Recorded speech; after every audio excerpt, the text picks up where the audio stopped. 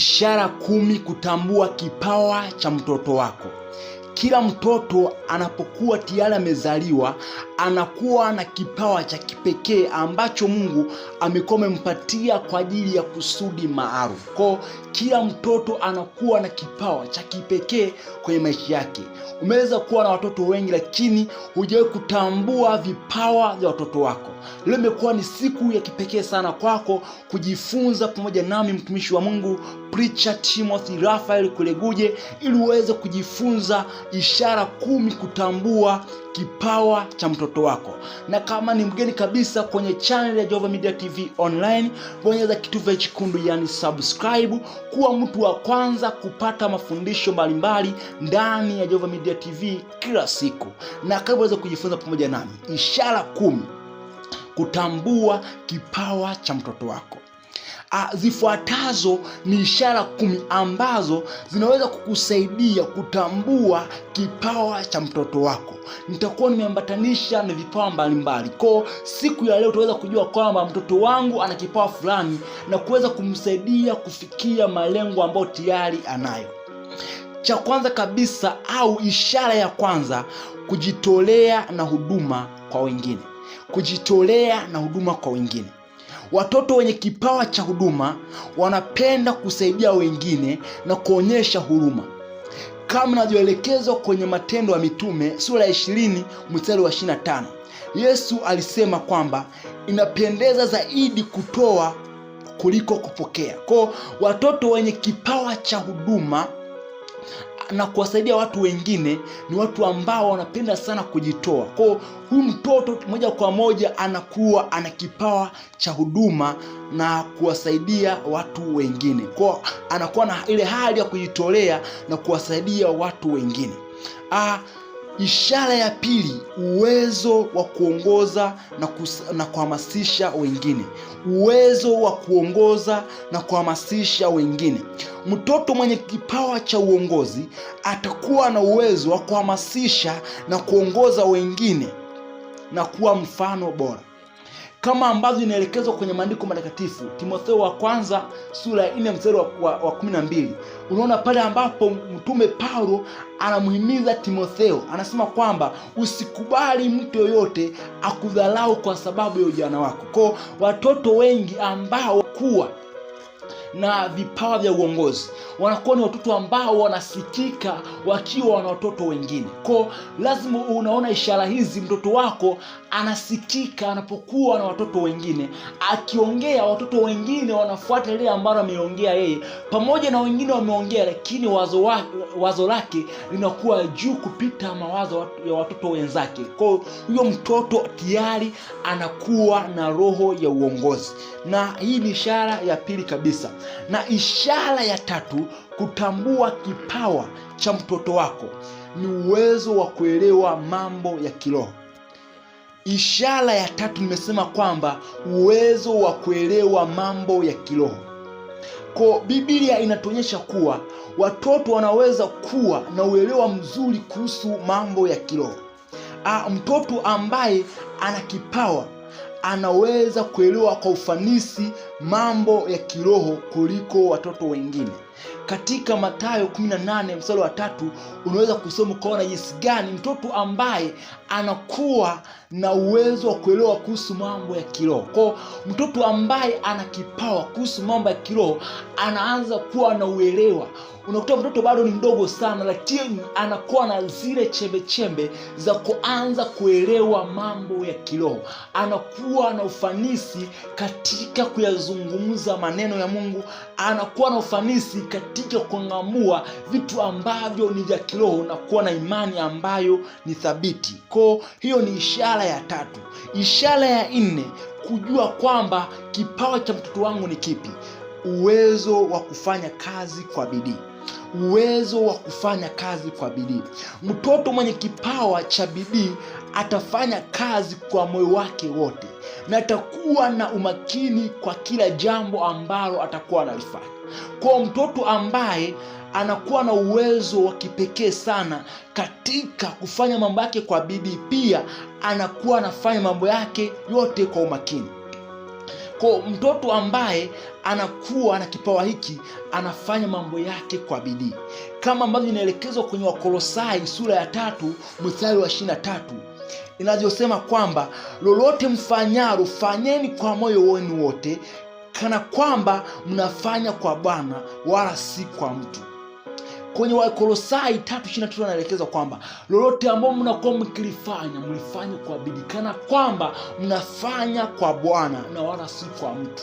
Kwa mtoto ambaye anakuwa na roho au anakuwa na kipawa cha bidii anafanya mambo yake kwa bidii. Kwa hii ni ishara ya 4, uwezo wa kufanya kazi kwa bidii.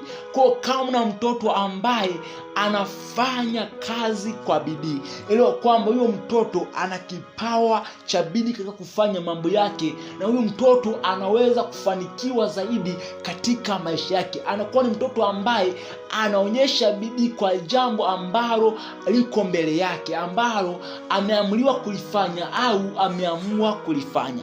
Huwa anafanya kwa moyo wake wote. Huwa haangalii kwamba fulani hajafanya mimi nisifanye. Anafanya kama nafasi yake, anajisikia furaha kufanya jambo lile. Na ishara ya 5 ni kipawa cha kuimba au kupiga mziki. Watoto wenye kipawa cha mziki wanaweza kuwa na upendo na shauku ya kuimba au kupiga mziki. Kwa wazazi wengi wamekuwa hawachukuli manani watoto wenye vipawa vya kuimba na vya kupiga mziki. Kwa Mungu amekwisha kugawa vipawa vya kupiga mziki na vipawa vya kuimba. Maana kwenye Zaburi ya 33 mstari wa 3 amesema kwamba mwimbieni wimbo mpya, pigeni kwa ustadi na kwa sauti ya shangwe. Kwa Mungu mwenyewe ashagawa vipaji na karama za uimbaji na upigaji wa vyombo vya muziki. Kwa mtoto mwenye kipaji kama hichi ni mtoto ambaye anapenda, anakuwa mbunifu katika uimbaji na katika upigaji wa muziki. Kwa kama mzazi, unapokuwa na mtoto wako ana ile hali ya kuimba, ana ile hali ya kupiga muziki, unaweza kuchukua hatua mahususi kumwendeleza mtoto wako ili aweze kufikia ndoto zake ambazo anazo, kutimiza lile kusudi maalum ndani ya maisha yake. Ndio maana kuta mtoto hajajifunza mwanzoni kuimba, lakini anapopata mazingira ambayo ni favorable kwake, anapata uwanja mpana wa kuimba na kuweza kujulikana duniani kote. Ndio maana ukiangalia katika hali ya mazingira ya kawaida ambayo tunaishi, waimbaji wengi wanakuja kujulikana wakishakuwa wakubwa zaidi. Ni waimbaji wachache sana ambao wanajulikana vipaji vyao wakiwa bado watoto, kwa sababu wazazi wanashindwa kuwapatia nafasi ya kufanyia kazi vile vipaji na karama ambazo tayari wanazo. Kwa kama mzazi, lazima utambue ishara hizi ili uweze kumsaidia mtoto wako kufikia kusudi la Mungu katika umri ambao ni mahususi na kuweza kufanyia kazi kile kitu ambacho anakipenda. Na hatua ya 6 ambayo unabidi ufahamu, au ishara ya 6, kujua kipawa cha mtoto wako, kuwa na tabia ya msamaha. Watoto wenye kipawa hiki ni wale ambao wanajua msamaha na mara nyingi wana uwezo wa kupuuza makosa ya wengine na kutafuta upatanisho. Hao ni watoto ambao wanakuwa na kipawa cha kipekee sana, wanatambua kuhusu msamaha. Ni watoto ambao wanapenda sana kuachilia, hawataki kushika sana watu ndani ya mioyo yao. Wanajua kwamba nikimshika mtu ndani ya moyo atanikwamisha kufikia hatua zangu za mafanikio. Kwa watoto hawa wanakuwa ni wepesi sana kuachilia wenzao na kutafuta suluhisho. Hata kama atakuwa amekwazana na mwenzake, anakuwa anasumuka sana kwenye nafsi yake, anatajaribu kutafuta mtu ambaye anamzidi umri, kutafuta suluhisho ili aweze kupatanishwa, aweze kufanya mambo yake kwa uhuru. Anakuwa ni mtoto ambaye hajisikii amani. Hata kama na watoto utaanza kumwona kama amekuwa amekwazana na mwenzake au amegomana na mwenzake katika shule au katika mazingira ya jamii, unakuta hana amani siku hiyo. Kwa unapoona mtoto hana amani, ni mtoto ambaye ni mnyonge, hujamzoea kwenye hali hiyo, lazima ukae chini uanze kumuuliza, mwanangu kuna shida gani? Anapokuwa umemuuliza, anapata uwanja wa kukuelezea shida ambayo inamsibu. Anapokuwa amekuelezea moja kwa moja, unaweza kumsaidia ili kuweza kukuza kile kitu ambacho kimo ndani yake. Kwa mtoto anakuwa anafuata maandiko kama ambavyo imeelekezwa kwenye kitabu cha Mathayo ile sura ya 18 mstari wa 21 hadi 22.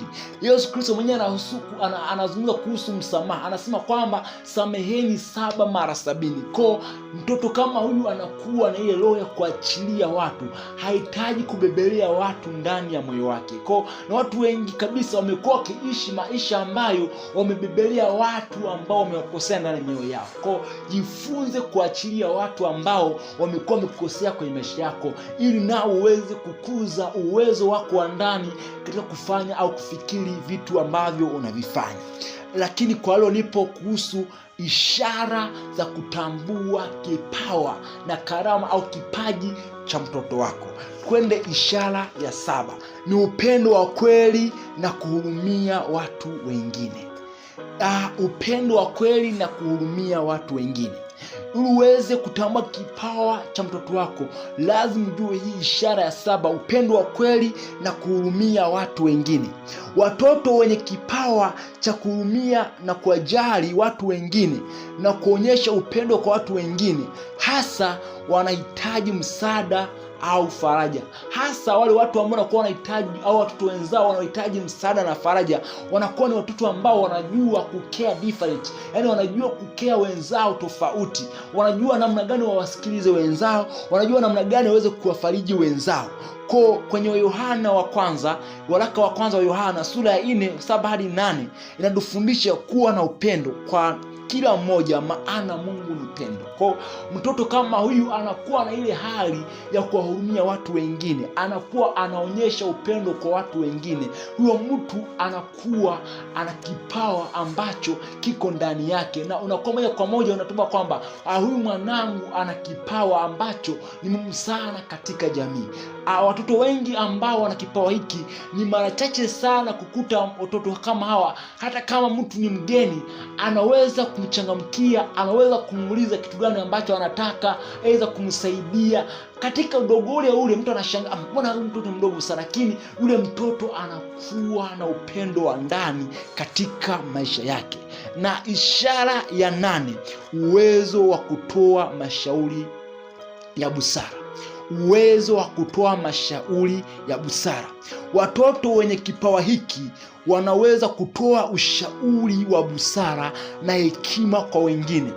Mara nyingi hutumia maoni ya Mungu katika kutatua matatizo. Mara nyingi wanatumia maoni ya Mungu katika kutatua matatizo. Unaweza kukuta mtoto ni mdogo sana, lakini jambo ambalo analizungumza, mtu mkubwa unakaa chini kusema kwamba amesema huyu mtoto au kaambiwa. Kumbe tu ni kipawa ambacho kiko ndani yake. Unakuta kizungumza neno, hata kama ni mtu mzima ulikuwa umekaa uko kwenye hali ya mawazo, unaanza kufikiria kwamba kama huyu mtoto mdogo anaamini kwamba hii hali inaweza kuondoka. Unakuta mara nyingi watoto kama hao wanatia faraja mama zao. Mtoto ni mdogo sana, anamwambia mama usilie, haya yatapita tu. Unaanza kujiuliza huyu mbona bado mtoto mdogo sana. Kumbe ana kipawa ndani yake. Kwa mzazi, kazi yako sasa kutambua ishara hizi, uweze kutambua kipawa ambacho mtoto wako anacho. Kwa katika Yakobo sura ya 1 mstari wa 5 inaonyesha kuhusu hekima ya kimungu. Kwa watoto kama hawa wanakuwa wamejaliwa, wamekuwa wako gifted kabisa kuhusu hekima ya kimungu. Kwa lazima ujue kwamba mtoto wangu amepewa hekima ya kimungu. Kwa kama amepewa hekima ya kimungu, amepewa hekima ndani yake, wanakuwa ni watoto ambao wanaweza kuzungumza pointi za kusikika ndani ya watu. Haijalishi mazingira gani ambao wanaishi, ni wale watoto ambao wakiletwa mbele za watu anazungumza vitu ambavyo viko mantiki, viko kwenye mpangilio mzuri na ambavyo vinaeleweka. Unaanza kushangaa, mbona bado huyu mtoto mdogo sana, lakini mbona anajua mambo makubwa. Kile kipawa kiko ndani yake. Na ishara ya 9 ni kuwa na shauku ya kujifunza. Hii ni ishara pia muhimu kama mzazi kuijua, ili kutambua kipawa cha mtoto wako. Kuwa na shauku ya kujifunza. Hii ni ishara ya 9, kuwa na shauku ya kujifunza. Watoto wenye kipawa cha kujifunza wanajivunia kujua mambo mapya. na pia mara nyingi hutaka kujua zaidi kuhusu Mungu na ulimwengu. Kwa watoto wenye kipawa hiki cha kujifunza mara nyingi wanakuwa na shauku ya kujua mambo mapya, pia wanatamani kujua zaidi kuhusu Mungu na kuhusu ulimwengu. Kwa ni mtoto ambaye anakuwa anashauku kujua mambo kuhusu Mungu, anakuwa ni mtu ambaye anataka kujua zaidi kuhusu ulimwengu. Wanakuwa ni watoto ambao mara nyingi wanakuwa reasonable, anakuwa akiuliza maswali ambao wakati mwingine mzazi unashindwa kumjibu, kwa sababu anakuwa anafikiria mambo nje zaidi kabisa ya box, anakuwa anafikiria ndani, anauliza kitu ambacho mzazi lazima kwanza ukae chini uweze kumjibu majibu yake, ambayo hayo majibu ataweza kuelewa. Kwa wanakuwa ni watoto ambao wanakuwa ni wadadisi, wanakuwa ni watoto ambao wanakuwa na hali ya kuuliza vitu mbalimbali. Hawezi kukubali, hawezi kukaa chini bila kuelewa. Anaweza kuona amekaa naye nje, anaona ndege inapita angani, anaanza kuuliza baba au mama au kaka, mjomba, kwa nini ile ndege inapaa angani na kwa nini haidondoki chini? Anakuwa na maswali ambayo yanakufikirisha kama mzazi. Kwa hiyo mtoto lazima kwamba huyu mtoto ana kipawa cha kujifunza. Kwa mtoto kama lazima apate msaada wa kufundishwa. Kwa nasema kwamba kwenye Biblia Takatifu Mithali sura ya 1 mstari wa 5, mwenye hekima asikie na kuongezwa elimu, na mwenye ufahamu afikie mashauri yenye njia. Kwa mtoto kama huyu lazima aongezewe elimu. Lazima ujue kwamba huyu mtoto anahitaji extra mind, anahitaji kupata vitu ambavyo ni vya ziada sana. Kwa kama mzazi lazima uchukue hatua za kielimu ili mtoto aweze kupata mazingira ambayo yatamsapoti kutunza na kukuza kile kitu ambacho kiko ndani yake. Na ishara ya 10 na ya mwisho ni upendo wa haki. Watoto wenye kipawa cha haki wanajali masuala ya haki, na mara nyingi wanashughulikia kwa usawa na kwa usahihi bila kujali kabila wala rangi, bila kujali upendeleo. Ni watoto ambao wanapokuwa wanafanya jambo wanafanya kwa usawa, pia ni watoto ambao wanafanya kwa usahihi bila kupendelea upande wowote. Unakuta ni mtoto ambaye hata kama na kitu kidogo, kama na ndugu zake, ana marafiki zake, katika kuwagawia kile kitu anagawa bila kupendelea, anagawa kwa usahihi. Kwa anakuwa mtoto mwenye upendo na haki. Kwa siku zote jaribu kufuatilia watoto ambao wanakuwa wana vipawa maalum ambavyo Mungu amewabarikia. Wanakuwa ni watu wenye upendo, wanakuwa ni watu ambao hawana majivuno, wanakuwa ni watu ambao hawana upendeleo. Kama na kitu ambacho anakijua juu ya maisha fulani, juu ya kitu fulani, kama na ujuzi, huwa anautoa sawa sawa jinsi ulivyo. Tofauti na wale watu ambao ni watoto ambao wanakuta hawajui vitu, ni watoto ambao hawana kipawa hicho, wanakuwa na mambo madogo, na pia wanakuwa ni wachoyo katika kutoa mambo yao. Kwa mtoto kama huyu anakuwa yuko tayari kutoa kile kitu ambacho anacho ili kuonyesha wenzake, mimi najua hadi hapa, na kile kitu ambacho anakifanya kinapata kuinua zaidi. Anakuwa na udadisi mkubwa na kufanya zaidi na zaidi, kwa sababu watu watakuwa na appreciate ule uwezo ambao tayari anao. Kwa hizi ni ishara 10 muhimu ambazo zinaweza kusaidia wewe kujua na kutambua kipawa ambacho anacho mtoto wako. Kwa katika ishara hizi 10 zikusaidia kutambua na kukuza kipawa cha mtoto wako kwa kumwelekeza katika njia ya Mungu, kumfundisha kuwa na tabia njema na kumsaidia kutimiza kusudi la Mungu katika maisha yake. Katika Mithali 22 mstari wa 6 amesema kwamba mlee mtoto katika njia mpasayo, naye hataiacha hata ajapokuwa mzee. Mlee mtoto katika njia mpasayo, naye hataiacha ajapokuwa mzee. Mungu akubariki sana. Karibu tena tunaenda kujifunza ndani ya Jehova Media TV online. Kwa siku ya leo nikutakie mafanikio mema na siku njema. Mungu awe nawe mpendwa katika Bwana. Amen.